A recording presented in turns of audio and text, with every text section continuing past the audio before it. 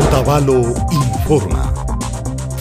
Yalirka Ishkay Chunga Shu Julio Quilla Wambrakunapa Wasi Casa de la Juventud Ukupi Amazonía Llaqtamanta Kimsa Chunga Municipio Ukuta Pushakuna Pakta Karka Paikunaka Yachajungapak Shamurka Imashina Otavalopi Mapakunata Tandachishpa Yankajukunata Yachangapa Kay hatun tandanajuitaka Paktachirka Ministerio del Ambiente Uku Shinayata Dirección de Higiene y Gestión Ambiental Municipio Ucumanda Kaypi Yanapamurka Dirección Nacional de Residuos Sólidos Mai Uku Shinayata Tandanajushka Municipio Kuna Consorcio de Municipalidades de Galápagos Ukukunapas. Kay hatun tandanajuipimi Villachinajurka imashina Otavalomanda Ukupi ashtawan mapakunata tandachishpa shamunakushkamanta. Municipio Ucumanda técnico tiu tiyakuna Villachinajurka imashinata alimanda tandachishpa asha mapa tandanaju Ukukunapi churanamanda. Nuestro cantón tiene un sistema o se está trabajando con un modelo de gestión integral de residuos sólidos.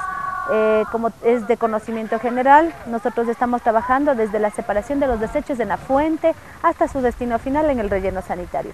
El objetivo es dar a conocer nuestra experiencia y a su vez también conocer algo de experiencias que se están manejando en otros municipios. Shuhatu mama llaqtakunapa ñawpapika Otavalo kitika sumak llaqtami rikuri shina mapakunata fichashpa, hapishpa, tandachishpa, shikan yachishpa wasi ukukunamantallata shamushpa.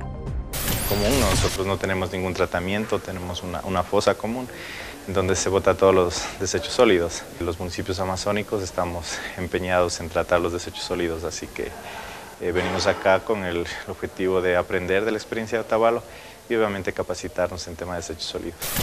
Otavalo, Alcaldía Ucumanda, Ruraykunata Paktachinchi.